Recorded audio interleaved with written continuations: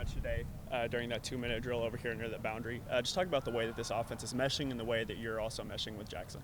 No, you know what I'm saying? Offense going great for real. It's kind of like, you know what I'm saying, starting all over, obviously. You know, we got a new quarterback.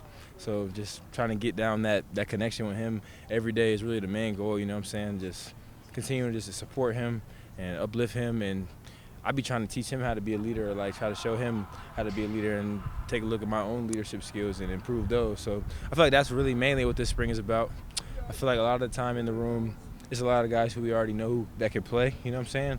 There's a lot of guys talking about specifically about my room, of course, and if we're talking about the whole team, the whole offense, I want to speak to the offense in general. Like, it's a lot of guys who we already know what they can do on the field, so really it's just now about putting all those puzzle pieces together, you know what I'm saying? It's going to be a new lineup, going to be a new starters, new two deep, you know what I'm saying? So just everybody gelling, and I feel like it's going real well, especially as spring has progressed on. I feel like it's been definitely been an obvious improvement from the first day of practice to now. So just looking to continue that and show that in the spring game and just take it day by day for real. We ain't trying to go too fast. We kind of know the equation to be great and the equation to have success. We've seen it last year, what we had to do in the offseason, so now we're just trying to amplify that and just continue it, and, you know what I'm saying, follow the direction of our leaders, of our coaches, you know what I'm saying.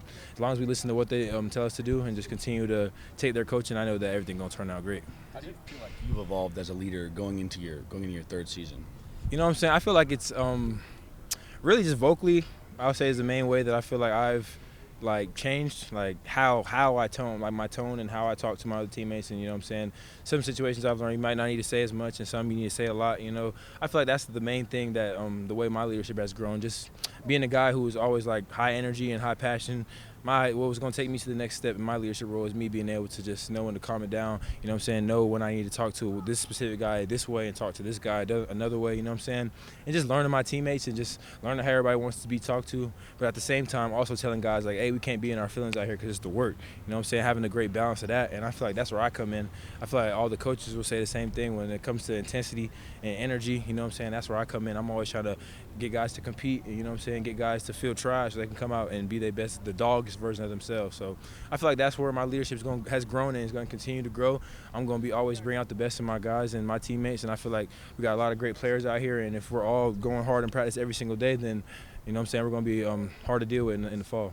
Does it mess with the dynamic or make it a little bit harder when you have guys in the wide receivers that have been banged up at times throughout spring like you guys have been dealing with? Yeah, I mean, you know, obviously we got guys banged up, and, you know, it makes it, you know, some people got to take more reps, and there might not be as much breaks, but we got next man up mentality for sure, including the freshmen, you know what I'm saying? They've been going with the twos. Like, everybody's been ready to step up, and one guy goes down, the next guy's up, and we really ain't been trying to do too much complaining, you know what I'm saying? That's the mentality of the room, and Coach Jones appreciates that out of the guys who just put their head down and, you know what I'm saying, really ain't worried about no nicks and all that other stuff and little bruises. We just going to keep on going. And the guys who got real injuries, real problems, we praying for them, and they get in the training room and getting right, but we ain't really worried about all that, man. We know that the room going to be deep. The room's still deep with the injuries. The room always going to be deep, man. So we just got to continue to build up the guys who are here, who are able to practice, and everything else is going to fall into place. You talked about Jackson, but just looking at that quarterback room as a whole, since there's more competitive depth there than there has been the last couple of years. Oh, yeah, for sure, man. There's definitely depth, competitive depth there.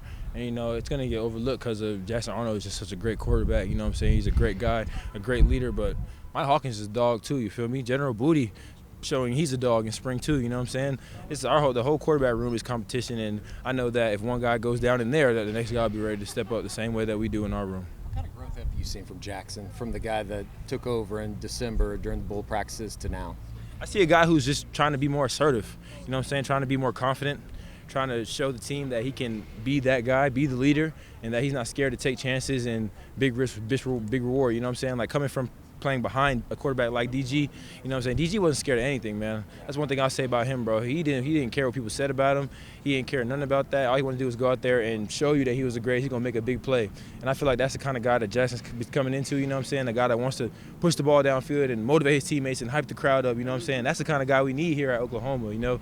And this is a big school, it's a big stage, and all of us are blessed to be able to come here and play on this stage, and we got to take full advantage of it. And that comes with bringing energy to the team, and we're going to go as far as we go with JFA. Just keep it real. Like, we're going to go as far as he go, and I got the utmost faith in him from what I've seen so far, what I've seen in the fall, and It's never been a doubt in my mind. So I'm just gonna continue to be better for him. You know what I'm saying? I be telling him all the time in practice, like, that's on me, bro. Like, don't even worry about it. That's on me. I try to tell him. And even in the beginning of spring, you know what I'm saying, it was harder for me. I'm like, man, this is a new quarterback. Like, we not on the same page. Like, is it my fault? Is it me? Is it me?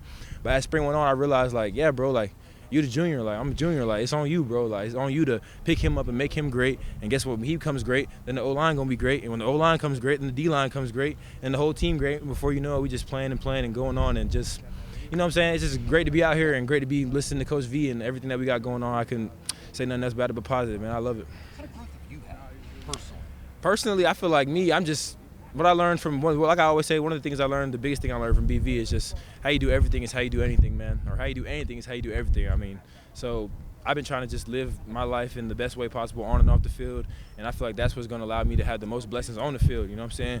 School, work, how I treat people, how I talk to people, how I come out here and compete with my teammates, how I attack film, how I attack recovery.